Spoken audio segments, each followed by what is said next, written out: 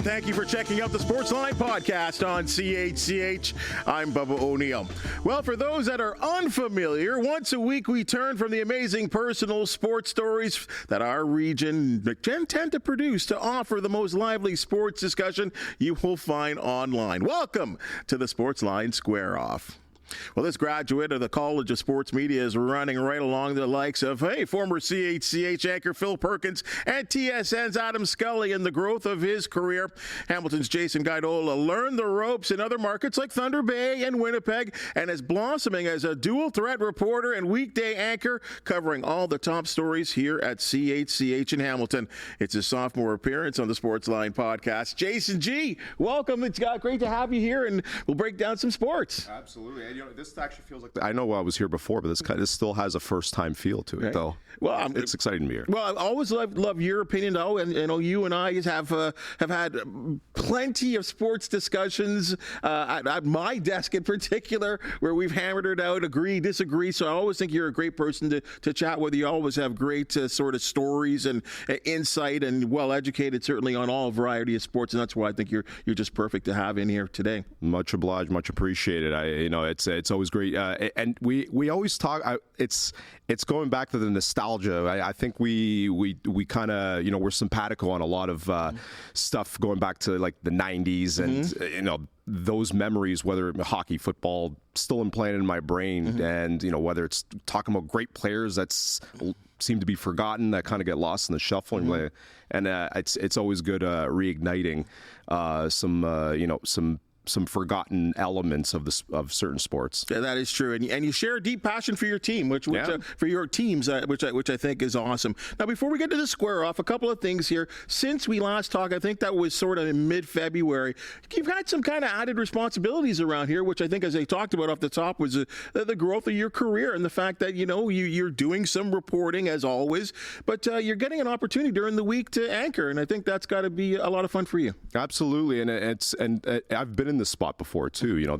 I made my bones in Thunder Bay, where I did the 11 o'clock anchoring following the 6, and it came much earlier than expected when I first got into it, and it allowed me to actually develop on-air chemistry with somebody else, because we had a sports anchor too, and we were both on the desk at the same time. And now, now that I'm doing the 11.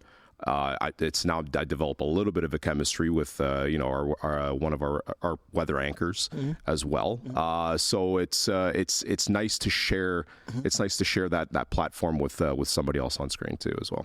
And I guess that's got to be cool for you too, because you've now seen both sides, and I think because you see both sides, you gain an appreciation for what the anchor does and that responsibility, and what the reporter does on a daily basis. Absolutely, and it's the change. The freshness is always there, always being, not always being on the desk and being out in the field and just getting a feel for your story, whatever it is. Excuse me. I like the variety. I like the change-up because it keeps me on my toes. Nicely done. Hey, you're just coming off a trip as well, too. I hear you're coughing there. You've been coughing since his trip came back. A little it's trip. Lingering, what did Boston do to you? I got into some trouble there. That's for sure. But I think my immune system is just shot. No, it's been in terms of battling some illness, it's been a little up and down the last couple of weeks. I thought I was making a recovery, then I dipped back down again, and now I think I'm finally in the trajectory up. But Boston was pretty. It's an interesting city, a lot of history, and I'm a sucker for architecture, right? And, you go to cities like Boston, Chicago, and you're just in awe. It's like it's you don't see that kind of architecture often. Going through the different neighborhoods, it just felt. There's so much history there, and it was pretty cool. And believe it or not, most people were nice. I think I met a few rumble tumble Bostonians in there, trying to score those tickets to the Celtics game, and I'm find myself in some sort of a situation somewhat heated bargaining for some tickets, because they weren't budging, that's for sure. But it's but for one thing that I can guarantee is Boston is a sports town, and the jerseys are just everywhere, everywhere, and they're lucky because they got two, at least the Bruins and the Celtics, both vying for championships, and that is their standard. They're used to doing that. Well, and they got spoiled for better the part of 2 decades with the Patriots as well, too. I mean, certainly a city to admire in terms of success with their teams. What did you get to see? I didn't get to see any of those games. I just didn't. I mean, the value of it. It was pretty expensive. I just chose not to spend my money there because I spent it elsewhere. But I was able to check out the sports bars, and they were packed too. It's not like it's not that it was just it was dead in the streets. It was busy all around TD Garden. Checked out Fenway Park, which was just sensational. It just looked like a real ballpark. And the history, and they had a little bar there called the Bleacher Bar, a nice little spot, just like a regular bar, but tourists are in there. Tour guides are going in there, and they were just getting ready for opening day. The maintenance guys are out there. The lawn is pristine. Tours are going, and it really felt it's a vibe, man, and definitely a trip to go back to, and obviously I think I'd go to a sporting event this time. And it's funny that it makes me think about a trip I made to Chicago and able to take in a tour of Wrigley. Oh. And, we've put in, or at least Rogers has put in millions and millions of dollars to upgrade Rogers, and it's, the back end, the front end, the new food stands and viewing areas. And I respect that they're trying to make it more like a ballpark, because when Rogers Place was built, it just wasn't supposed to be a baseball thing. It was an all facility, football first facility, actually. People forget that.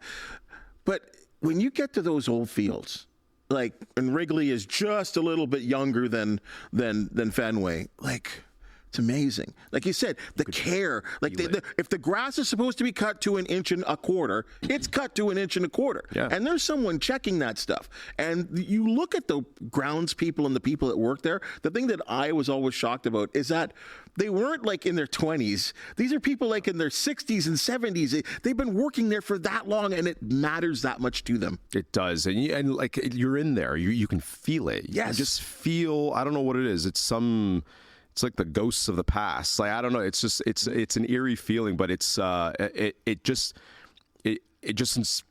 urges you to go watch a game. You know, because as cool as it was when I left, it was like, you know what, I was cool, but it still didn't do it justice until you actually go to an actual game. And I drove by Wrigley Field too, and I felt it too there. And I'm like, I got to go to a Cubs game, because all around there, that whole Wrigleyville. It's a scene, man. It is. It's a scene, and it was one of the most coolest, I guess, baseball atmospheres I was around. I've ever experienced. And again, it was during it was in March, but it was still busy. It still felt like there was a baseball game going on there. So another bucket list item to go back to. I would highly recommend, and anyone baseball's not, it's probably my 4th favorite sport, but I respected it and I enjoyed so much of it, and I will never stop talking about it, because to me it was that amazing to see it. And then the very next day, go to see the likes of the Cubs and the Cardinals, just old-time rivals. Just it was an amazing game. And it was funny enough, the Cubs won the game in the bottom of the 9th, and it was an afternoon game, and the place went bonkers. It was wonderful. But you ready to square off? Yes, sir. Let's do that. Okay, folks, so much to talk about. We're going to start off with the National Hockey League. And, of course, with 2 games remaining for the Toronto Maple Leafs, the Auston Matthews chase for 70 goals has become a big deal. It's the high talking point for many Maple Leaf fans and people in this area. But I will ask you this, Jason. Has the chase for 70 become a distraction for the Maple Leafs? Yeah, possibly, if the media keeps talking about it. I don't think it will be. I know Sheldon Keefe was not. He kind of pumped the brakes on the hoopla and all. But Auston Matthews, I think he's reaching a certain point where this is now second nature, and it seems like scoring 70 may just become second nature to him. So the most important thing is, like, is he going to be the guy to be there when the playoffs come around? Because it's just around the corner. The season's already winding down. The Leafs are kind of already getting in playoff mode. I mean, he's probably going to break it, most likely. And right now, can he still carry that? I think the question is, start thinking about that form going into the postseason. I don't know. He's just, I sense something different, and I think that consistency and that sharpness is going to be there in the postseason. And now that it looks like they're probably are they set to play Florida? Right yeah, they're going to play. It could be Boston. It could be, but I mean, it likely will be Florida, and they will start on the road. Yeah, and I think there's going to be that revenge on their mind, and I do sense a maturity from this entire roster right now.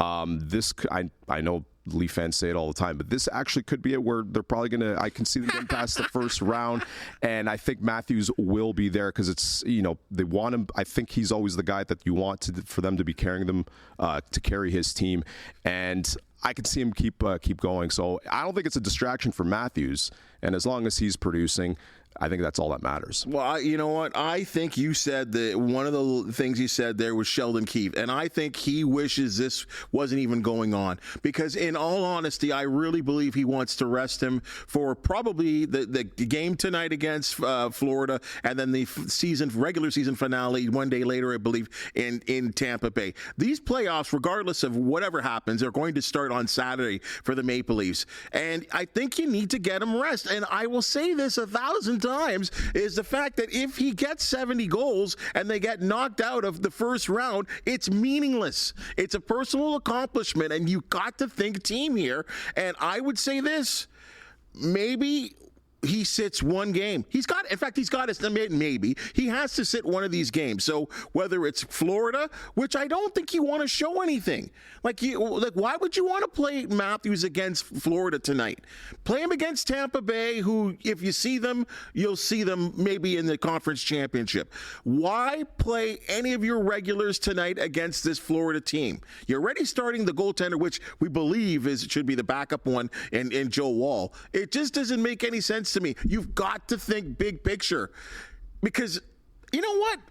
I know is there a difference between 69 and 70 other than the actual written down number? He's had a tremendous season, possibly an MVP season. Why what is this chase for 70? I get it, but what's more important? Well, I still think, Keefe, I think he's just trying to really I think he's trying to get it out of everyone's mind, because they're already thinking about the postseason. The question is, I don't know if you can just completely, I don't know if it's wise to completely rest him or anybody else on the team. I think it's important. I can see them managing his minutes. Do you think Keith will go that far and just kind of, hey, Auston, you're only going to play maybe, 16 tonight? Is that a possibility? Just play him on the power play? Yeah, just kind of scale him back a little bit so you're not exposing him too much. I could see that happening. How about you? Maybe, but I just think if he's dressed, any player, as long as he's dressed, he's going to want to play. Players want to play, but they also need to be harnessed, and that's what the job of the coach is. And I know that right now Sheldon Keefe is saying, if I bench him for the next 2 games, I will become the most unpopular person in Toronto. And I think the team would get it. I think they look at the bigger picture. But Leafs Nation and the media, you're right, the media have a lot to do with this too, because they're pumping it up and talking about it every day, just like we are. I think it becomes a bigger story. I think this story is actually becoming about Sheldon Keefe more than Auston Matthews getting 70, because he's remember at the beginning, it's driving him crazy. It's driving him crazy. But remember at the beginning of the season, they got off to a bumpy start, and there was but fans were wondering, is it time to move on from Sheldon Keefe? So he sounds like a head coach who's still coaching for his job going into this postseason, and again, if they flame out once again, that's going to be the case. So this sounds more like it's a story for Sheldon Keefe rather than Auston Matthews, because I think Matthews is just way too confident, too confident of a player to allow that to bother him or anything. I don't see him shrinking under those types of expectations. Like, scoring to him is like breathing. It certainly has become the way he's firing the puck this year. And you're right. Sheldon Keefe maybe is coaching for his job, which is unbelievable considering he just signed a 2-year contract extension. Sometimes those contracts mean nothing, though. All it takes is one ugly exit, and you never know. The conversation changes, right? With 1 or 2 games left in the National Hockey League season, I think one for the most part, 4 teams, they all have 1 game left. They're all fighting for the last playoff spot in the East in that wild card chase. I'll ask you this, Jason, and a lot of people are really exciting and they're bragging about the NHL and their playoff system. Do you think it's working? I think so. I think the first round. Is always the end. That's where the most energy is, because that quest of the cup is such a battle of attrition. It's the wear and tear happens so quickly. So the league is just so adamant on making sure that, hey, we got to get off to the right start. And there's been some. You have to say some of the first round matchups have been always some pretty solid some matchups. And I know, but do you think it's fair that the Leafs have to play the Florida Panthers? That's crazy in the first round. No, and now it's. I think the topic of it going back to the old way, 1-8, is legitimate. I just think that the setup for the first round and having some good matchups in the first round is still a sticking point for the National Hockey League to maintain. And think about it. This is the team that they lost to last year, and now they get to have them in the first round. So I think it helps maintain storylines and rivalries, and I'm only thinking in the lens of a Leaf fan. Mm-hmm. Because I feel like they go through this every couple of years where they almost have a new rivalry, right? It was, the Flyers at one point, and it was the Devils, and it's Ottawa, and it's just, and now who knows if this could be, a new playoff opponent that the Leafs are trying to overcome, because that appears to be that's what it could strike, like what it could be here, especially when you have such a team that played such an aggressive style, and the Leafs, I feel like the Leafs. Brass, they love to overcome that aggressive team that they could not, that tougher team that like the Bostons, and a Boston type team that they want to get over that. They want to prove to the world that they can beat those teams, and I think Florida is probably going to be one of those teams, right? And I know they want Boston, but Florida is going to be that team, because just for the simple fact that they lost to them last year. Well, and they're one of the tough, or at least one of the top defensive teams in the National Hockey League. Who knows what's going to happen with their goaltending situation, because we saw Bobrovsky go on a roll last year like no one ever expected. And the fact that he didn't even start the playoffs last year, and then he just through injury, got an opportunity to play, and then he just ripped off an amazing play. Here's the crazy thing, okay? Now, this is what tonight, I guess the Leafs have Florida, and then they have Tampa. Washington, and again, now we're talking about the wild card situation here. Washington are at Philadelphia. We're looking at Detroit, at Montreal. Philadelphia are playing the Islanders, Pittsburgh are playing the Islanders, and Philadelphia are playing Washington. Look how close this race is right now, and the fact that some of these teams are actually playing each other to jockey for that. Look, Tampa Bay, they're running away with that top spot, so basically it is for the second spot right there. I think it's insane, but I'm going to say this. I know the league are bragging about the fact, look at us, we've got things down basically to the final night of the regular season. But do you not believe that it's influenced by the fact that this team basically has this loser point? The teams can't run away from each other. And I know maybe people say, well, then it becomes boring at the end of the year because everyone has separated itself. To me, this is kind of artificial. I can see your point there. It's driving. There could be elements there. You could drive that forced parity if you want to form it in that type of way. But I mean, historically, I've always thought the East always appeared this way, even in the old days when they did 1-8. I don't know. The Eastern Conference always just seemed to be a little tighter. This is much tighter than I can recall, and I think it has. I don't know. Maybe it sticks out because the franchises are Washington, Philadelphia, Pittsburgh.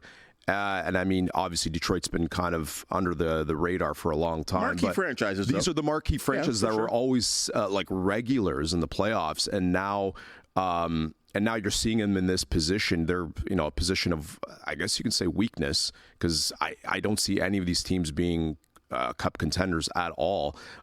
But I mean, at the end of the day, everybody's fighting for viewers, right? They want to make sure that everyone's watching right up until the end, to the very end. And there's been some good finishes where, whether the league might end on I think historically it used to end on Sundays. Now this is the right time of year to do it, but I think you're looking at a race that I think some fans may even be curious. Will there be a tiebreaker? Will there be decided? Will a team be decided through some sort of secondary tiebreaker? I think that's what's sticking in the back of my mind. And if there's a controversy there, then there could be some discussion about some sort of some change into how they can handle it. Maybe I'm going a little too crazy there, but that is sitting in the back of my mind. I'm thinking will some sort of secondary tiebreaker be the deciding factor if there is a tie in points here? Well, yeah, let's go back to the board there, because I mean, there's a possibility of that happening right now, because I think you have the likes of Detroit and the Capitals that they're actually tied on points, but Washington gets the nod based on a tiebreaker, which I can't tell you exactly which the first tiebreaker is. And I would think, because I'm looking at wins, and right now, well, Detroit has more wins, so shouldn't they be ahead? I'm not quite sure. Maybe the overtime loss is an issue. But nonetheless, maybe there's head-to-head that I haven't looked at yet. But regardless, though, there is a possibility of that actually happening. Of these teams, of three of the teams actually tying, and it'll have to come down to that. And you're right. If it comes down to the fact that a tiebreaker has to decide it, well, maybe the NHL brags about it. That look how tight our team, our league is to get that final spot. You can brag about it, but I just think it's kind of artificial in the sense based on the way they hand out their points. I think if you went to more of a soccer system, and I know that the old timers would tell me you can't do that because then it screws up all the historical values of what we've seen over the years. Well, at some point you have to change. And to me, 3 points for a win, we wouldn't have this. Yeah, and who knows if this could prompt the league to not go back to the old way, but even tweak their current format by, will they go the NBA route and do some sort of play-in if there is some? That's coming. That's coming. That's going to come. It's happening. It's more playoff games, right? Revenue, more money. It's revenue. Exactly. That's happening. There's no doubt about that. Yeah. So I could see a possible play. I mean, them adjusting a play-in scenario that can definitely settle those types of scenarios where, because it could be a buzzkill when it's like, yeah, 3 teams are tied. Oh, but so and so goes through, and it's feels anticlimactic going into the postseason. But isn't it better than a tiebreaker? A one-game showdown? Yeah. I mean, naturally, I can't disagree with that. I mean, the tiebreaker just, again, like that anticlimactic feeling, and it doesn't. You're having to wait right after your game is done for them to settle the score, unless it's already kind of predetermined. It depends on what the circumstances are, but yeah, I mean, I could see this being a precursor to saying like, hey, it's time to maybe start doing some one game elimination here. Matthews, McDavid, oh boy, McKinnon, Kucherov. Now, it's important to define that the National Hockey League defines its Hart Trophy winner as the most valuable player to its team. So I'll ask you, with those 4 names in play, and their stats are unbelievable for all 4 of them for different reasons, your NHL Hart Trophy MVP is, Jason? I can't believe I'm saying this, but I think I'm probably going to go with Auston Matthews. Just for the fact of, and again, maybe there's some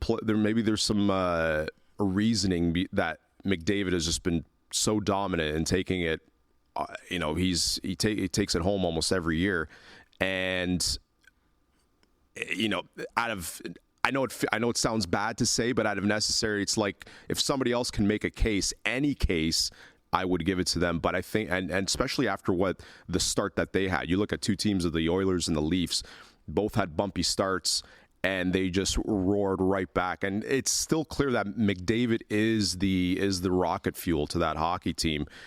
With got a coach fired, yeah, clearly. But I'm going to roll with Matthews just for the simple fact that I think the Leafs just look look more determined, they look more mature, and I think he's taken the bull by the horns on this hockey team, and 100 plus points. The 70 goal factor is obviously going to be in play, and I just think that they look more like a contending team, even more so than the Oilers at this point. I know it's a toss up. I don't think there is any wrong answer here, but I'm just going to go with Matthews in the simple fact that I think that the Leafs really, and I believe the Oilers have a few more points than they do. As I'm seeing right now. No, those are the standings. But I'm gonna go with Matthews because I just think he's a little. I think someone else deserves it. I know it sounds weird. I know it sounds kind of odd, but I just think someone else. I think it's someone else's turn to take home that trophy. And so you believe in voter fatigue for MVP is what you're telling me. Yeah. Because you know what? Connor McDavid is the best player in the league every year, in my opinion. Right? You could give it to him. It's almost getting to the point of either LeBron in this era or the Jordan effect in his day. That really, yeah, okay, Charles Barkley won an MVP. Yeah, really, come on now. Jordan was the best player that particular year too, but people got bored of it. I don't know how you can give it to Auston Matthews. The guy has. Can we go back to the board, please? How can you give it to a guy that's got 38 assists?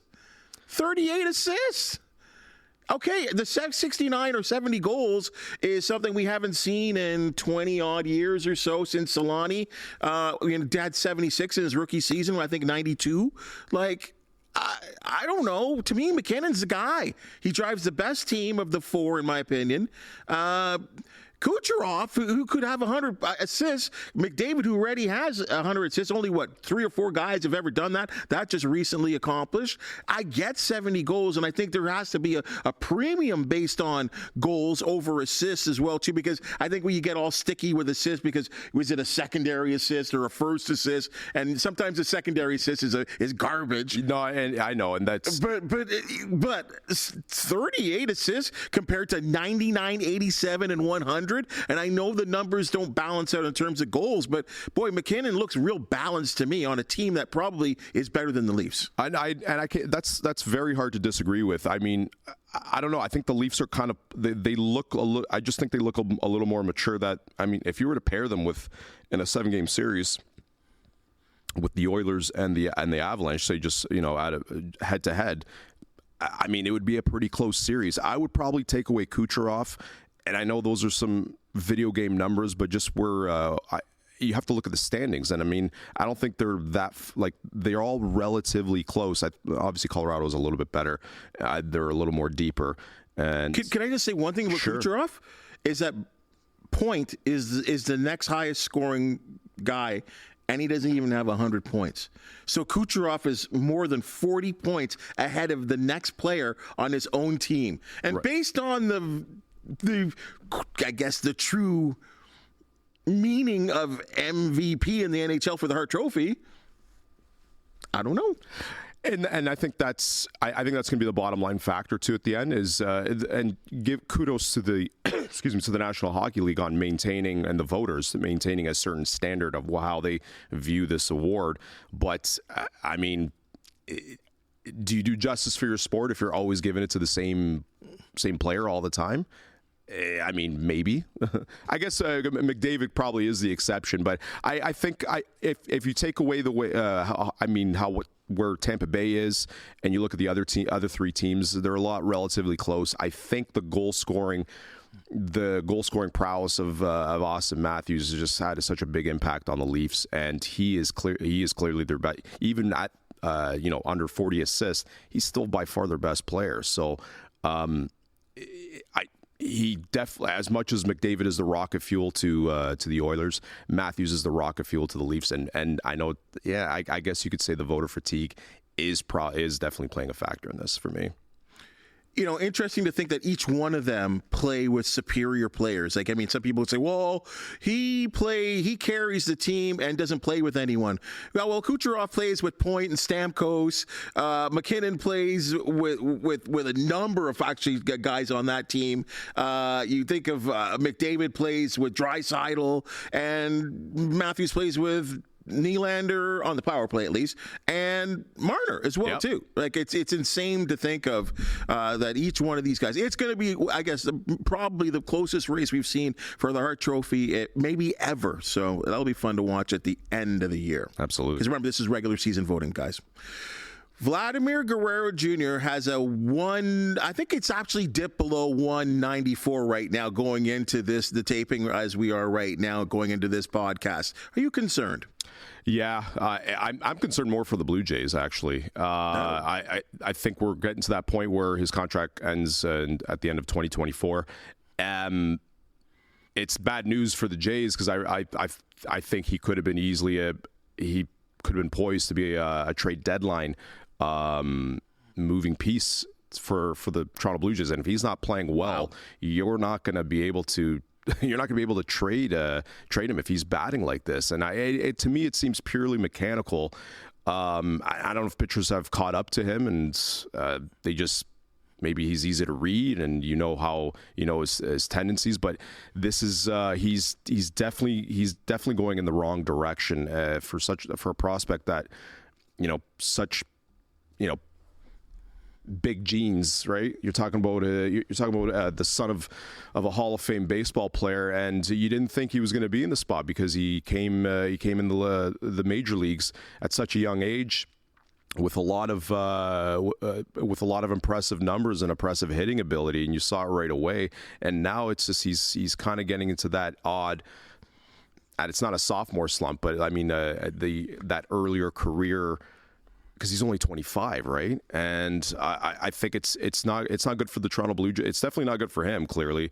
And I don't think that it's going to be a good thing for the Jays because I mean if things are not looking good up to the trade deadline, I can see Shapiro being ready to move some pieces, and you would think that he was going to be one of the first guys to go. So it's not good. It's not good for the ball club. That stuff. At some point, right? Like because of the finances of the sport, right? You cannot keep Bo Bichette and Vladimir Guerrero Jr. forever. At some point, one of the two of them, based on because I would think, and you're right. Vladdy his numbers are not good right now. They were subpar based on his standards, or at least what we believe are his standards last year as well. So we're going on 2.5 seasons of his numbers being rather disappointing. He already went to arbitration. They didn't agree on arbitration. He won the arbitration case, and it was weird. And as sometimes arbitration can bring out the evil in the team and the players sometimes. And the fact that they were less than $1 million apart, and they couldn't figure it out. Right? And some people, like we had a Steve Simmons here, well-known decorated writer here, that said Vladdy should have just taken what was offered to him and go out and prove it. Yeah. But it ended up the arbitration judge gave the ruling in favor to the player, right, and gave him, what was it? I believe it was $19 million for this season. So there maybe is some bad blood between the team and the player right now, but at some point it's going to be Bichette or it's going to be Guerrero.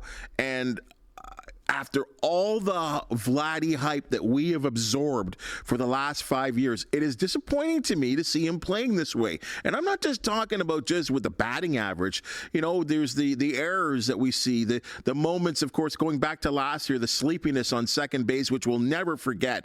And even sometimes some of the base running that we've seen in the early point of the season. And I don't know about you. Have you noticed this that every time he gets called out at the bases, he's yelling at the dugout, hey, recall, replay. I'm not saying any of it has to do with effort, but boy, he just doesn't look like the guy that we kind of thought. And no, remember, those stats, he's not going to be below the Mendoza line forever. Like that number is going to get better, right? The power is going to increase. We've only played 17 games. because he is a streak shooter like a lot of these guys are. But I don't know if Vladdy's as good as we thought he was going to be. I have to say so far, I mean, if you look at things in totality, he's been a pretty somewhat disappointing. And I'd imagine that, like, I'm expecting him to still maintain at least, he's still got to maintain at least a 260 average. And you knew that he was going to be your classic cleanup guy. But I don't know if it has something to do with, confidence, and yeah, maybe not wanting to be there. I'm not sure if, his attitude doesn't. I mean, I know maybe you were mentioning about him always calling for reviews, but I mean, I've always seemed that he comes off as someone who seems to be happy where he is, though. I don't know if it's just has something to do with his teammates, but I don't know. Do they need to get some? They need to switch up the hitting coaches. Do they need to? I thought they brought back the same guy, but like, I mean, they've gone through multiple ones in the last 3 to 4 years, like, right? And I think it doesn't even feel like he's not playing well, but it also, considering that everyone else hasn't been hitting as well, sometimes the rest of the team struggles can overshadow this a little more. So I almost feel like he's actually getting away with his bad play a little bit, because the attention is not all solely on him. So I don't know. I mean, you have to you got to look at how he plays the rest of this month and look at how he's playing in May. And if I'm the Blue Jays, as soon as he starts picking up his game, that is probably going to be your only window if they are going to move on from him and get something in return. But I don't know. The Jays are going to be in a very weird situation if he doesn't improve at all and they can't move him, if they can't seem to make the team better. But it's going to be a tough one. I don't know. Yeah, it will be difficult, because you're right. I mean, you want to, if you're going to trade him, you want to pay him at the real value and not well below value, because full well, if you trade him somewhere, he's going to return to the 300 mark and he's going to be hitting 40 bombs a year, and you'll be like, oh my goodness, we totally screwed that up. Hey, Rory McIlroy is reported. This is crazy to me. Yeah. Rory McIlroy is reportedly close to signing with LIV on a reported $850 million deal.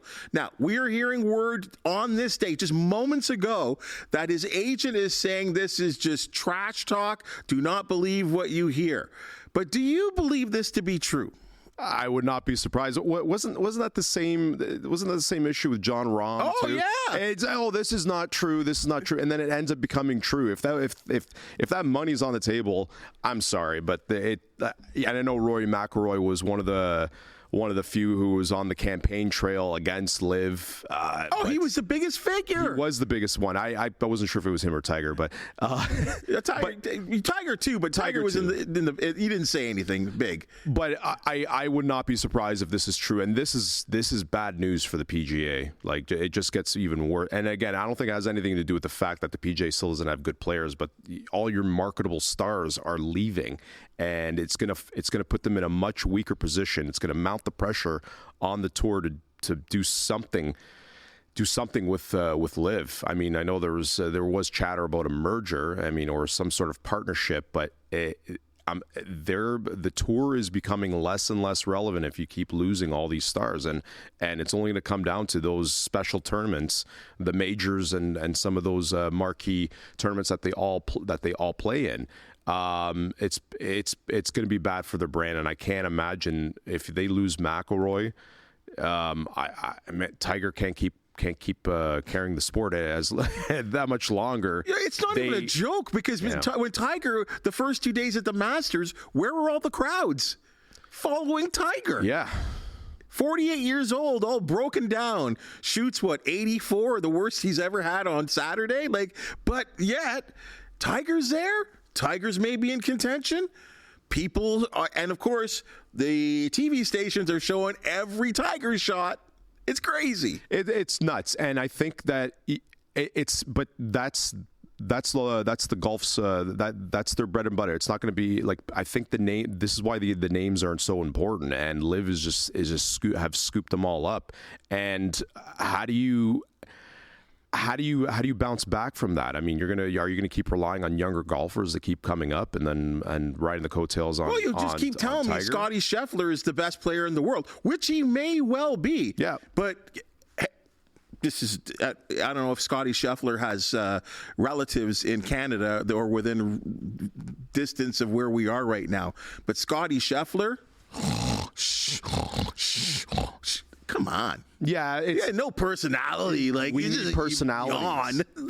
Here's I think and this will come down. I think it'll come down to this. At some point, the PGA is going to have to.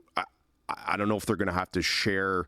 They're going to have to share some sort of broadcasting deal, maybe to kind of make up for this if they do lose Rory McIlroy. That's just my best guess. And yeah, I don't know. They're going to. Rory, I hate LIV. These are words said by Rory McIlroy on a microphone. I hate LIV. I hate everything about LIV. Now, the PGA, the diehards who are totally against everyone leaving, I know there's lots of them out there that were totally against the stars going to the LIV. I'm telling you, they will turn, because they're not going to. Everyone's going to go to where all those recognizable faces are, and Rory. The funny thing is about Rory too. He was pegged to be the next, right? Mm-hmm. Nike's next big golf star. Yep. I mean, you can argue on how if he's lived up to that billing, but Rory is still that name.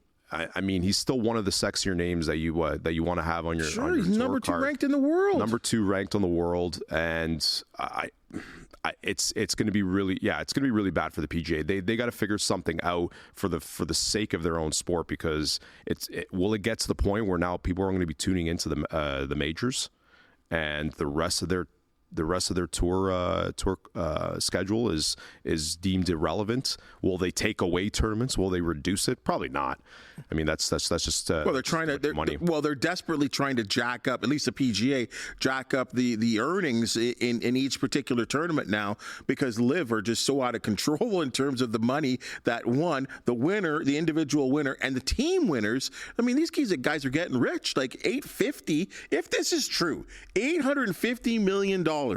Right? And again, I know I've been going off about Rory and all the things that he has said in the past, the protection of the tour, apparently starting up this Monday night golf thing with Tiger to try and bring back more attention to the PGA. But at the end of the day, like, was it Ted DiBiase in wrestling? Everyone's got a price. Yep. $850 million to eat and swallow my words. And again, and I've always believed that everyone does have a price, and I mean, 850.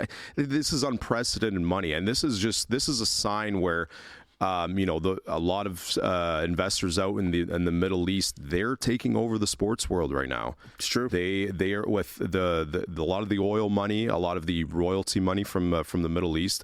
They're getting their hands on everything. F1, soccer, tennis. I'm hearing that there would be no WTA without the Saudi money. Yeah, like no women's tennis without Saudi money, and they're just pumping money. It's endless. Endless, and the PGA can't keep up, and the North Americans cannot keep up. They're gonna have to do something with at least from a TV product point of view. If they want to save the rest of their tour, they're gonna have to do something. They're gonna have to merge to some degree if they want to be able to recoup whatever they're losing. WNBA had its draft last night, televised all 3 rounds in a hall in Brooklyn, very fancy, for the first time charging ticket prices, sold out in 15 minutes, big high-class event. This WNBA class, or at least the last senior class of NCAA players going up to the NCAA, could be the most decorated we've seen maybe ever. So the question I'll put to you there, Jay, is will the WNBA draft class of 2024 lift, not the NCAA, but lift that professional women's basketball to the highest level on and off the court?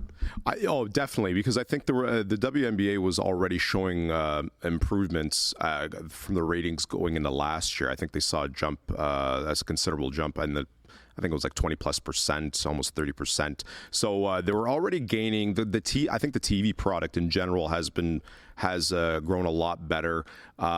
Fans are becoming a little more familiar with the game, but this new crop of talent, this is going to be like, the 84 draft or what for the WNBA, and obviously Caitlin Clark is a huge part of that reason for why the hype is going to be there, and I think it's going to give the league a chance to finally maybe get into a more parity situation with many of the teams, because I believe that the last few years, it's either been the Liberty or the Aces. They've kind of had a stranglehold on the league. So for the sake of for their own product, I think there's a shot where you might see some other franchises finally find their footing. And I believe, Caitlin's going to Indiana. I believe they have one title.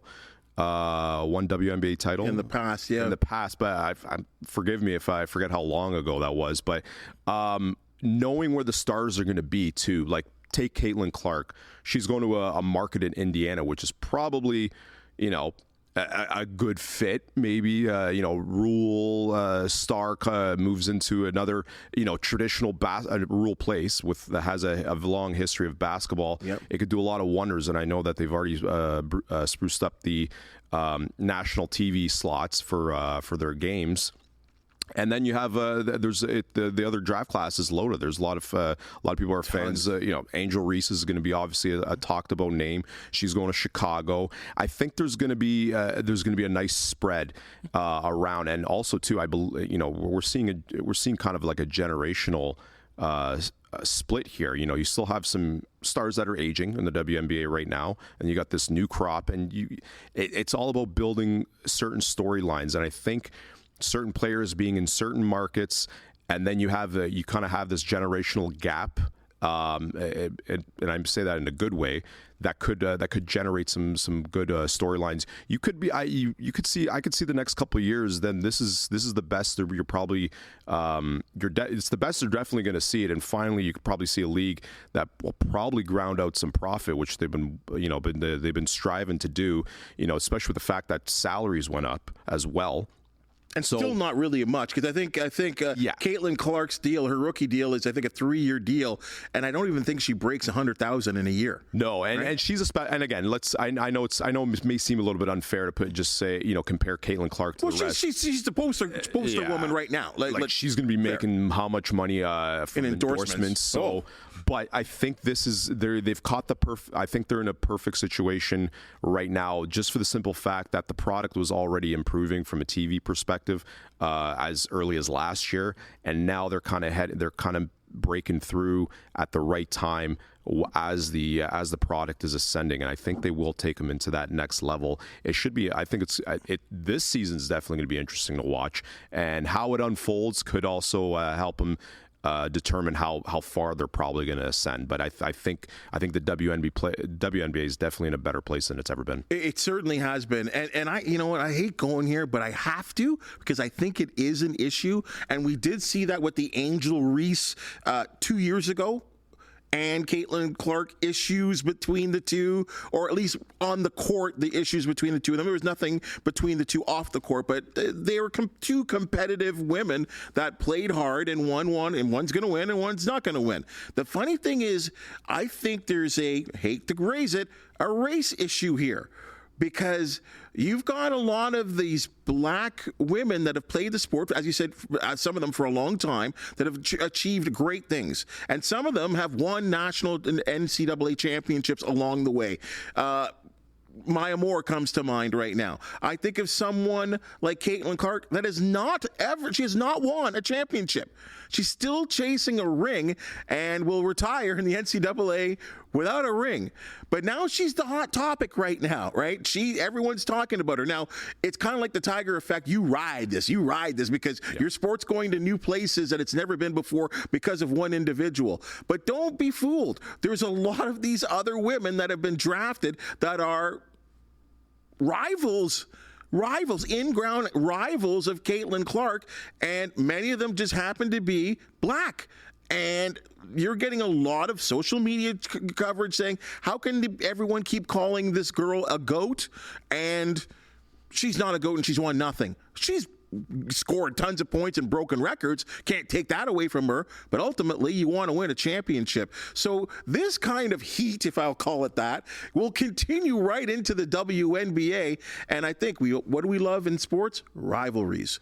And I think this is going to just ignite for many years to go. Yeah, and I see your point, because I think that's where a lot of the, if you look at the viewership on some of the college basketball games, I mean, I was only able to I only caught a little bit of the LSU game because I was driving home, and I got home. I caught the fourth quarter, and I caught some of the national title game. And I think like that, and I'm sure the WNBA is probably, and maybe in a large part the NBA is probably watching this carefully, because if you look at it from a PR perspective, I think a lot of people did tune in because of that, because of probably those racial components where rural Iowa versus Southern LSU, and it people play into that, and it reminds me of the Magic versus Bird element that in the 80s, and it sold, right? You remember, it did sell for the NBA. There was nothing bigger at the time. Nothing bigger, and there was that racial component to it. I mean, think about it. You have the down and dirty Boston Celtics,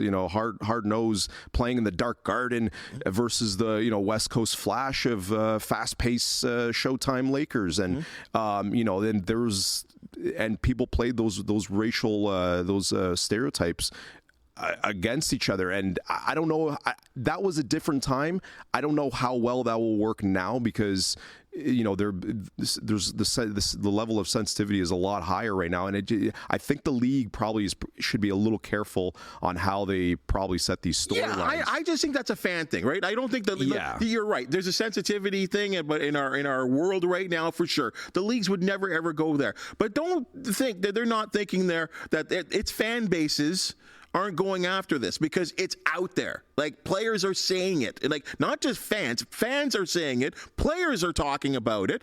And there's a certain amount of who is this girl? She's done nothing. She's got to prove herself in this WNBA, and wait till she gets to the top level. So again, it's all reasons to watch at the end of the day. Absolutely. Right? And I think there was, and I did feel like there was this coordination, like everybody was rooting for Caitlin to win. And I think that I think it's human nature there's always going to be people that resent that, right? It's when the whole world is cheering on somebody, there's just going to be some resistance it could be from anywhere, where it's just like, well, why is everyone cheering for this? Why is this person so special? Like, look at all these great players that just did all these great things. And the loser gets all the headline. Like that bothers a lot of people from just a human nature point of view. So I mean, again, Caitlin Clark was just.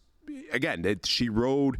I think her popularity also, I think, had a lot to do with the fact of Iowa basketball becoming such a huge product. She's at the forefront of it, and I always find too, like teams or players from like certain rural areas of the United States, because they're in a rural place, there's just more fans that can cheer that on and support it from a regional perspective. Same elements of the southern United States. Sometimes the South just always seems to like pull for each other, and so many different aspects, whether it's sports, music, whatever, they support each other, and I can see that element carrying over from Iowa. For that Caitlin Clark fever. But Caitlin's, I think she is going to be the star of the WNBA, especially if she's hitting those threes and she's dishing the ball out the way she does. So either way, the league's in a great spot for her to build on her and all those other stars, because again, the draft class is deep, and there's a lot of talent to build on there. So, and hopefully the league, they do it right.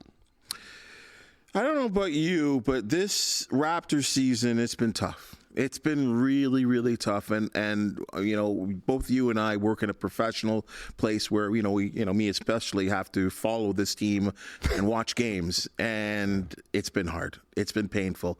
On the other side of this camera right now is our director Chantal, who I shared and embraced a championship with that night, and dropped tears. It was wonderful in 2019. Now they're in 12th place. Their record has completed at 25-57. And now I hear they're raising ticket prices by 5%. Is that fair or foul? It's fair. I'm going to say, and I only say that because I think that because they've reached the point where they've matured as a franchise that these kind of raises are justified. And I'm sure a lot of it's probably inflationary to begin with, but I mean, Raptor tickets were already fairly expensive as it is, and I think at the back of our minds we knew this day would come where, after that championship, after they won that title in 2019, there is going to be the day where it's like, okay, they're not going to be a great basketball team again. There's going to be some sort of rebuilding phase, and those ticket prices are not going to come down. Those 20 years ago when you can find a pretty decent ticket, those are no more. The Raptors are the most valuable entity under that MLSE conglomerate, and sports are becoming more and more expensive. I can't imagine it the Raptors ever lowering their ticket prices when they could put a freeze on them, couldn't it? Definitely this has been hard. To our loyal fans, we're going to put a freeze on the high price of tickets because we're going to do better next year. And who knows if there's. I mean, there could be a lot of reasons. Maybe the franchise thinks that they'll be able to turn it around next year. I don't know. With Masai Ujiri still there, I'm always reserving that right that he will make a move or two that can get that team back into at least contention for the playoffs. So maybe the franchise have just kind of looked what they have and thinking, okay, this is going to be our next move, and they're still thinking in the short term, so they're not going to be able to reduce their bottom line at all. But they've reached that mature stage where they know they don't have to lower it, and I guess it's only going to take a fan backlash for them to at least freeze it or lower it. So. This is the price. This is the price of having a winner, right? Oh. So, and if you're not a bottom tier franchise anymore, I think the Raptors have finally reached a certain echelon in the NBA where they can justify those hikes. Small hike, but still justified. Still a hike. Now, can you imagine if you were one of the people that, you put down your hard-earned cash at the beginning of the season for games in February and March and April, because it was a particular team you wanted to see. The Lakers are coming to town, which I think was relatively recent, and they only come once a year. And you put down your expecting to see OG Anunoby, expecting to see Pascal Siakam, and who did you see? Grady Dick. Come on. This is not. I can understand if it's justifiable. It's tough. I can understand if it's justifiable if you had a franchise player. And we've talked about this before. We're entering into territory where the cost of going to sporting events, it's going to be a big concern. Now, Toronto is going to be able to maintain it just because it's Toronto. There's enough people there who can make enough money to buy those tickets, and they're not going to. You're never going to see it in a city in Toronto. No. Anywhere else, for sure, right? And this is going to be, but this is going to. Almost Toronto feels like they're a lucky case because there's a whole bunch of other franchises in, say, like the National Basketball Association. They're struggling to get fans, and so there's going to be that imbalance of all these teams being able to maintain their revenue streams, and some others there's going to be a large chunk that won't be able to. So thank your lucky stars for the Raptors that they are a rich team. So, but they're not going anywhere. And you're right. There is security finally. I know there were people many years ago that thought this would never work and that the basketball would never work. The NBA was a fad. Even if they win a championship, it'll go away. Like, no, I mean, that's not the truth. They're here forever. It's just tough to watch. And I mean, it's tough to bring watch. back the Sprite Kids Zone or something. Like, and let me see if I can stuff my bum in one of those seats. Final one here, Jason. The Buffalo Bills are slated to move into the new stadium in 2026. O.J. Simpson, who is currently on the Wall of Fame right now in their old facility at Highmark Stadium, Rich Stadium, whatever you want to call it. There's a big question mark in Buffalo, and a big question being asked in the city of Buffalo right now and in Western New York is that when they move into the new stadium in 2026, should O.J. Simpson, who just recently passed, have his name restored to their Ring of Honor? Yes or no? Oh boy, I know this is controversial. I'm going to say yes, only because he's already up there at the current stadium. Highmark Stadium. The bottom line factor is, even though as much as people have their opinion on whether he had committed a first degree murder, and I know that it seems pretty lopsided to believe, but the fact of the matter is the court had acquitted him. He was acquitted, right? And I don't know how you can justify taking that down. I mean, if there was a widespread movement where they just said, okay, we're going to take him out of the Hall of Fame, and wherever, I'm not sure how he's being memorialized at USC, but I can understand if there was a ground movement where there was agreement that he was going to be removed from these elements. But the fact of the matter is, by the letter of the law, if he hadn't done that, quote unquote, I don't know, but you can't. There is no justification to do it, and he's already up there as it is. And I know it's going to be a bad PR issue, but you have to keep him up there. I'm not saying that the league should celebrate it, but I think it's but in the spirit of not setting a bad precedent, I think it's best to keep his name up there, however you feel about it. And because remember, this is just purely about football and what he did in the National Football League as a Bill. It's just too great to erase it just like that. Right? And you're right. His name is up there, or at least was originally put up there, because of his accomplishments on the field. But the crazy thing is, along the way of putting up those incredible accomplishments, he became the face of Buffalo, in a city that, especially in those days, maybe not so much now, because they've done a lot of work towards raising their standards in the city of Buffalo and towards what it looks like and whatever. And there's still so much going on in that city that they used to be called the armpit of America, except they had the juice. They had OJ, and he was this Hollywood-like star who had opportunities that no other players, especially black players, got at that time. Like, he was the first to really transition from the football field to being a sideline reporter. Monday Night Football. People who are too young to understand this, and the older folks will understand, there was no bigger property on television than Monday Night Football. Like the Beatles, it was massive.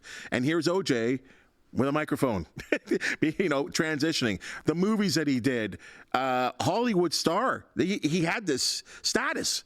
Yet, we do know what happened. And you're right.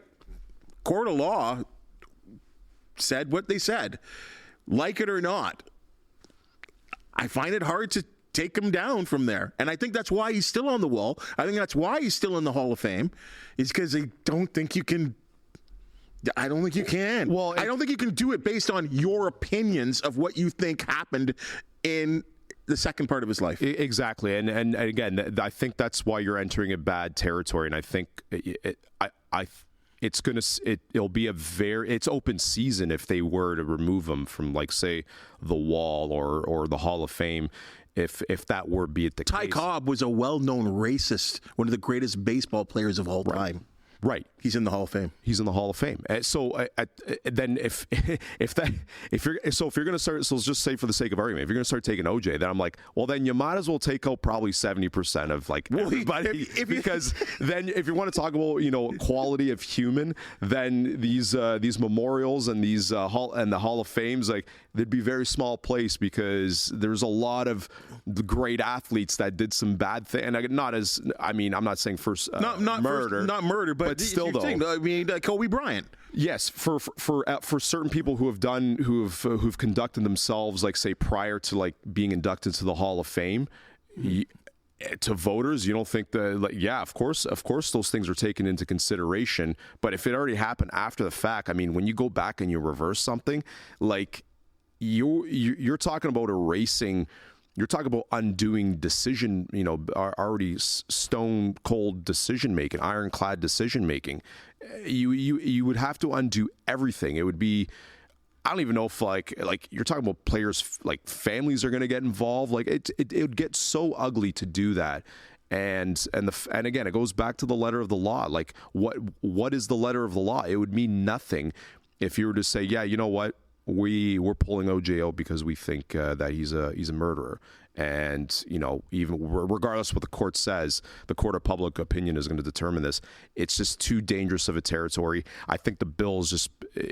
I'm not saying you should take a moment to memorialize him, but at least leave his name up in the wall and at the very most. I think you nailed it there, because I think the Bills have done is that every year someone goes up there, and what they've done is, ever since all the stuff went down with OJ, is that when they do put a new name up there, they invite the people that are still alive to come and join the ceremonies, but they have not extended that invitation for years to OJ for obvious reasons, right? So I guess that's the way they have dealt with it over the years, because it would be, had OJ and number 32, OJ Simpson comes on the field, walks on the field, it would just it would be a bad situation, because you had 75,000 people, well, half of them cheering them, half of them booing him. It's just not good for a Hall of Fame ceremony. No, and again, you never know, because there could be family. Like, you never know, there could be family members out there of that person who have nothing to do with their alleged doings, or whoever. Just say anybody who's had a bad history of whatever. When they're especially when they've already passed on, then you have family members that still have. Yeah. You can't. I don't know. It's tough, because then you're putting. I feel like you're putting those family members on blast, and I'm just, I don't know. I guess from a personal belief, I just have, now that OJ's already gone, it's like he's gone, and I'm not really big on speaking ill of the dead, right? So tell that, what was it, Kris Jenner? Yeah. Good riddance. Oh, wow. Yeah. So I'm not saying I'm going to say anything good, but I'm just saying, like, I think OJ he's passed, he's moved on. Just leave the name up there, but I think it's best not to mention his name. But as long as his name's up on the wall, I just think I don't think that just because you're moving stadiums, and that you should be able to reassess what you've already done in your old stadium, because it's still the home of the Buffalo Bills. It's still part of that lore. It's best to keep that consistency regardless of what the PR backlash is. Hey, this has been awesome talking to you here, Jay. I mean, some controversial subjects, some subjects that are uncomfortable, and you've had some wonderful responses. So certainly I'll see you in the newsroom, and thanks for joining us here on the Sportsline Square-Off. Great stuff. Thanks, Bubba. Right on. Hey, folks, we do love talking sports from a local, provincial, as you see, national, international perspective. If you do know of an athlete, team, or event to promote, the Sportsline Podcast want you. Contact us on many of CHCH's social media platforms, and we'll get you right here on the cozy couch. And while you're at it, please comment, hit the thumbs up, like, and subscribe button, because we do appreciate your feedback. For the amazing minds and hands that do make this podcast possible on a daily basis, thank you so much for joining us, and we'll see you tomorrow.